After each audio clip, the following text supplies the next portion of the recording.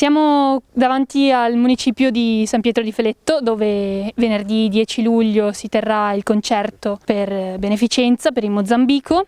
Siamo con Giovanni Putoto, un medico che è stato per tutta la vita in prima linea, in Africa. Che cos'è QAM? Dove è nata? Quando è nata? E chi sono i Medici con l'Africa?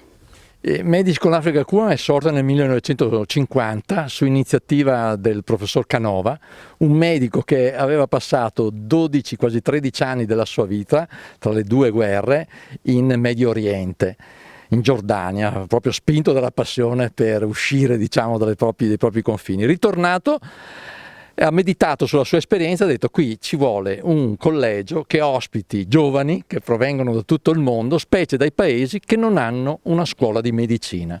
Padova ce l'ha, è molto rinomata, lì si ospita e poi ritornano nei loro paesi d'origine a servire le loro popolazioni.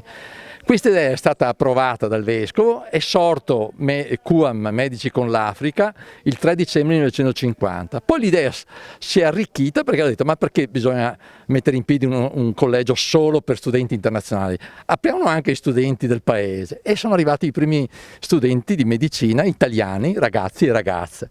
Sempre in quegli anni poi le idee evolvono e si è detto: ma formare ci vuole del tempo perché una persona studi medicina, diventi un medico. Nel frattempo cosa si fa?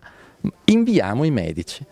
E sono partiti nel 1954 il dottor Stasso per l'India e nel 1955 il dottor Dallago per il Kenya in Africa. Da allora ad adesso sono partite più di 2000 persone per 4000 anni di lavoro in Africa. Attualmente siamo presenti in 8 paesi, 23 ospedali e con 300 persone che lavorano sul campo, professionisti di vario tipo, sanitari, amministrativi, logisti, eccetera.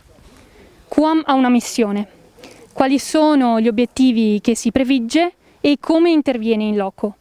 Allora, la missione è concentrata sulla salute, perché c'è un divario enorme, ecco, tra i nostri livelli di salute e i livelli di salute che ci sono in Africa. Cioè, c'è una differenza di aspettativa di vita in alcuni casi di 30 anni. La mortalità materna e infantile è elevatissima come lo era qui nell'Ottocento.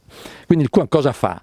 Studia e a partire dalle analisi che fa dei paesi, dei sistemi sanitari, collabora strettamente con le istituzioni locali, i colleghi del posto, le autorità e le comunità indigene e poi sviluppa dei progetti che sono fatti assieme.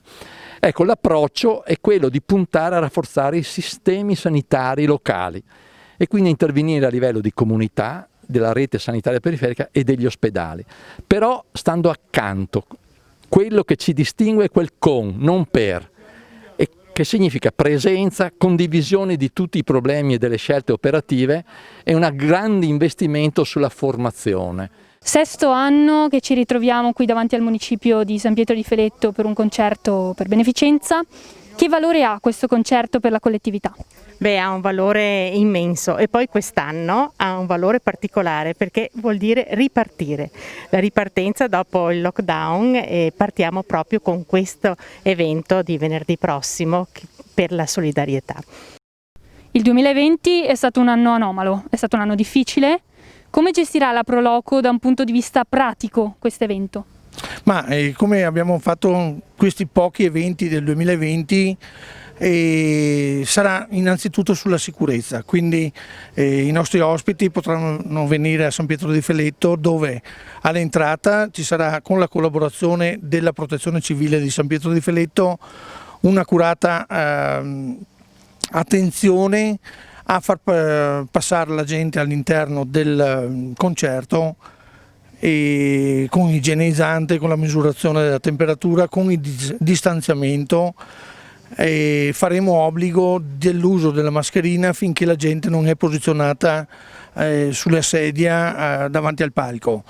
Dopodiché uno è libero di toglierle e di godersi il concerto.